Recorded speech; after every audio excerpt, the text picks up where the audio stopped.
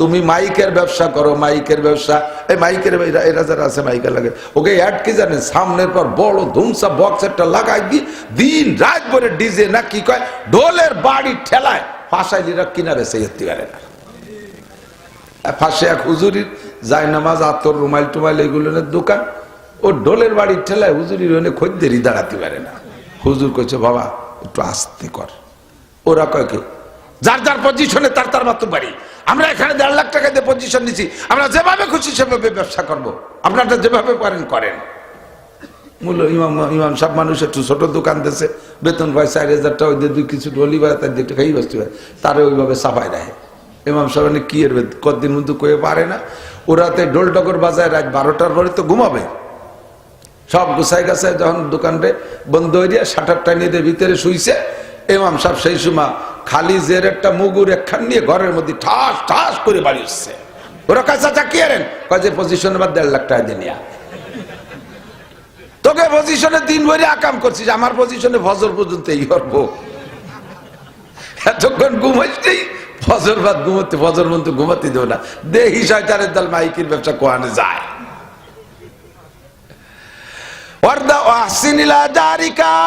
খেয়াল রাখবেন প্রতিবেশীর দিকে, এমন খেয়াল রাখবেন যাতে প্রতিবেশী যেন কষ্ট না পায়।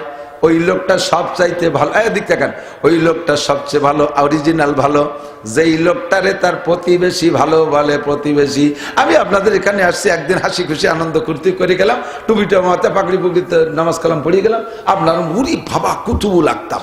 বাড়ি যাই আমার প্রতিবেশীর কাছে শুনে দেন, কবে কিন্তু হুজুর একটা ওরে মানুষের ডায় কীর্তিনে গোয়া শুনতি আই ঠেলে বেড়া দেয় উল্টো পাল্টা, আর ও আমাকে পাশের লোকের কোনো খবর রাখে না, আর তারে মানুষ অস্কর্তি ডাকে। যদি এই কথা কয় আমার বাড়ির পাশের থেকে, তাহলে আমি ভালো মানুষ না। আপনারা যাবেন, যদি আমার প্রতিবেশীরা বলে না আমাদের মৌলানা অমায়িক, কামাই রোজগারের একা খায় না, প্রতিবেশীরা দিয়ে খায়, বেড়া দিতে গেলে দেখে শুনে দেয়, এভাবে যদি প্রশংসা করে তাহলেই আমি ভালো মানুষ। কথা কন, প্রতিবেশীর সাথে সৎ ব্যবহার করে সেখান থেকে প্রশংসা কামাই করা বহুত কঠিন ব্যাপার, বহুত কঠিন ব্যাপার। দূরের কাছ থেকে প্রশংসা নিতে বেশি কষ্ট করা লাগে না। 3 নম্বর হুজুর বলেন মোমেন হইছে প্রতিবেশীর সাথে সৎ ব্যবহার কইরা। 4 নম্বর, যদি মোমেন হওয়ার পর মুসলমান হইতে হবে, আগে হতে হয় মোমেন, পরে হতে হয় মুসলমান। শরীয়তের বিধানের পর আমল করার নাম হলো মুসলমানি, আর আল্লাহ আল্লাহর রসুলকে বিশ্বাসের নাম হলো ঈমান। আপনি সবচেয়ে বড় মোমেন হয়ে গেছেন প্রতিবেশীর সাথে সৎ ব্যবহার কইরা।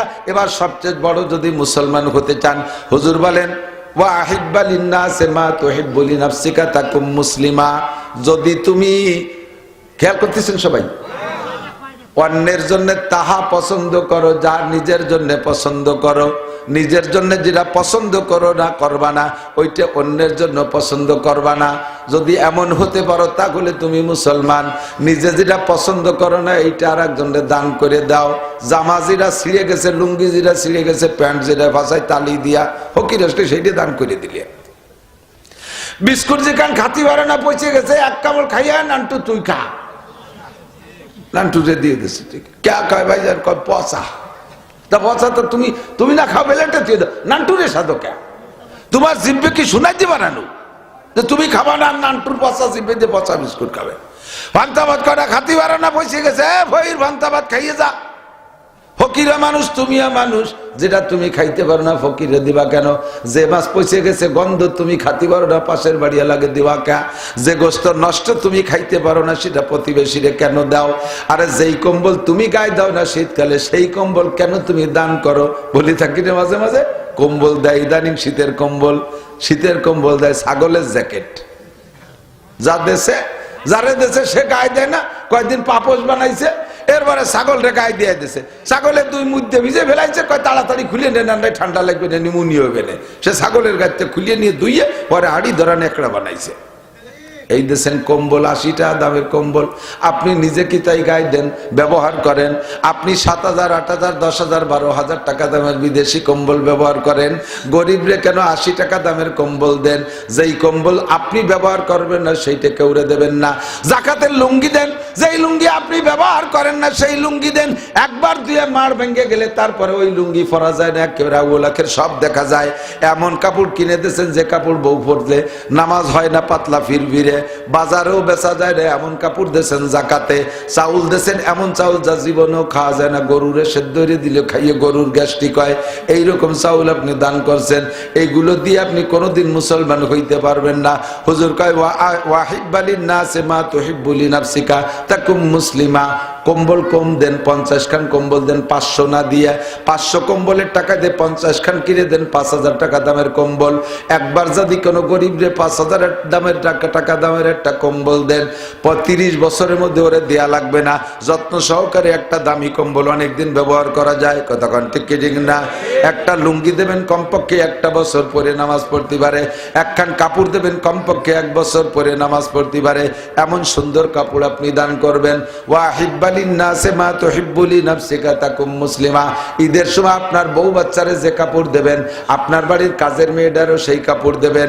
ঢাকা যাওয়ার সময় যেমন সিট নিয়ে আপনি গাড়িতে উঠবেন, আপনার বাড়ির কাজের মেয়ে কাজের ছেলেটারে নিচ্ছেন তারও তেমন একটা সিট দেবেন। আপনারা ডাটের সিটে বসবেন আর তারে সিটের পিছনে দাঁড় করে রাখবেন। আপনার মতো ছোট লোক আল্লাহর জমিনে আর হতে পারে না। তুমি ফকিরনি, তুই ফকিরনির বাচ্চা। বাড়ি ছেলে মেয়ের যে কাপড়গুলো ময়লা নষ্ট হয়ে গেছে ব্যবহারযোগ্য, কাজের ছেলে কাজের মেয়ে এগুলো দান করবেন কেন? তারা কি মানুষ না? তাদের কি রুচি নাই? আল্লাহ আপনারা ধনী বানাইছে, তাদের গরিব বানাইছে, তারা নিজেদের গুলো নিজেরা কিনে দামিতা ব্যবহার আপনি তাদেরকে দেবেন।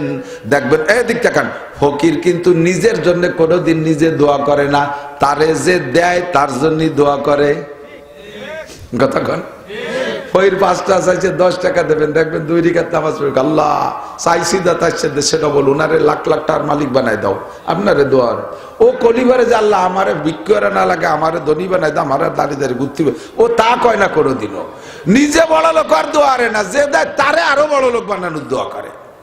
আপনি যদি ভালো কিছু দেন দেখবেন আপনার জন্য দোয়া করে, দানের হাত বেড়ে যাবে। 4 নম্বর মনে আছে তো? 4টা জিজ্ঞেস করে করতে পারবেন এক দর্শে। 5 নম্বর হলো যে 5টা কথা আবু হুরায়রা শিখেছে। 5 নম্বর হলো ওয়ালা তুকসিরিদ যাহকা ফাইন্না কাসরাতাজ যাহকা তুমিতুল কলব। দুনিয়ার আনন্দ ফুর্তি করে হাসাহাসি করো না, বেশি হাসলে দিল মরে যায়, বেশি হাসলে দিল মরে যায়। কয় দিল মরে বোঝা যায় কি করে? কয় দিল মরা বোঝার আলামত হলো যাদের নামাজ পড়তে ভালো লাগে না বুঝবেন দিল মারা গেছে, কোরআন পড়তে ভালো লাগে না দিল মারা গেছে, দান করতে ভালো লাগে না দিল মারা গেছে, মসজিদে যাইতে ভালো লাগে না দিল মারা গেছে, শরিয়ত আমল করতে ভালো লাগে না দিল মারা গেছে, তাহাজ্জুদ পড়তে ভালো লাগে না দিলটা মারা গেছে, কোরআন পড়তে ভালো লাগে না দিল মারা গেছে। এক কথায় ইবাদত করতে যখন মনে চাইবে না বুঝবেন যে আপনার দিল মারা গেছে। আর এই দিল মারা যার আমল হলো বেশি বেশি হাসাহাসি করা। এই জন্য কলা তুকসিরিজ যাহকা ফা ইন্না কাসরাতাজ যাহকা তুমিতুল কলব। আল্লাহ পাক এই 5টা কথা আমাদের আমল করার তৌফিক দান করে, বলেন আমিন। 1 নম্বরে কি বলছি মনে আছে নাকি? 1 নম্বরে হারাম ছেড়ে দেন, বড় আবেদ হবেন। 2 নম্বরে আল্লাহ যা দেশে সন্তুষ্ট থাকেন, ধনী হতে পারবেন। 3 নম্বরে প্রতিবেশীর দিক নেক নজর রাখবেন, সদ্ব্যবহার রাখবেন, সবচেয়ে বড় মোমেন হবেন। 4 নম্বরে অন্যের জন্য তাহা পছন্দ করবেন যা নিজের জন্য করবেন, তাহলে মুসলমান হবেন। আর 5 নম্বরে হাসাহাসি কম হবে, আনন্দ ফুর্তি কম হবে, তাহলে আপনি হইতে পারবেন আল্লাহর বুজুর্গ। আল্লাহ আমাদেরকে নসিব করে, বলেন আমিন। আল্লাহ পাক বলেন জহরাল ফাসাদু ফিল বাররি ওয়াল বাহরি বিমা কাসাবাত আইদিন নাস। আমার দিক তাকান, মানুষে ক্ষেত খামার করে, চাষবাস করে, সার ঔষধ কীটনাশক বীজ বেসন কত কিছু খরচ করে। ফসল যখন ভরপুর হয়ে যায় তখন এই ফসলকে নষ্ট করে দেবে, এই জন্য কি ফসল বানায়? বোঝেন নাই? ধান লাগাইছেন কি উদ্দেশ্যে? এই ধান যখন পাকিয়ে একেবারে ভরিয়ে যাবে জমি, ওই সময় ওর মধ্যে দিয়ে নসিমন চালাইয়ে গোলাগুলারি নষ্ট করতে আসবো, এজন্যই লাগাইছেন। পাট যখন বড় হয়ে যাবে ওই সময় হাইসু নিয়ে আইরিও ঘেরিও কুপাইয়া করে সবাই ফেলাই দেবো, এজন্যই লাগে বুনেছেন পাট। আম যখন পাকিয়ে যাবে ঝাঁকে ঝুঁকে পাড়াইয়ে ফেসে ফেসে বেলাই দেবো, এজন্যই পাকাইছেন। কি জন্যই? সবগুলো ব্যবহার করবেন সেই জন্যই। ভালো হলে আরো আদর যত্নের সাথে ব্যবহার করবেন।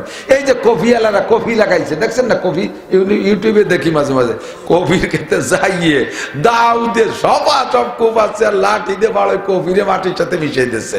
এত বড় বড় কফি, এই কফিরে কি মাটির সাথে মিশাই দেওয়ার জন্য লাগাইছে? আল্লাহু আকবার।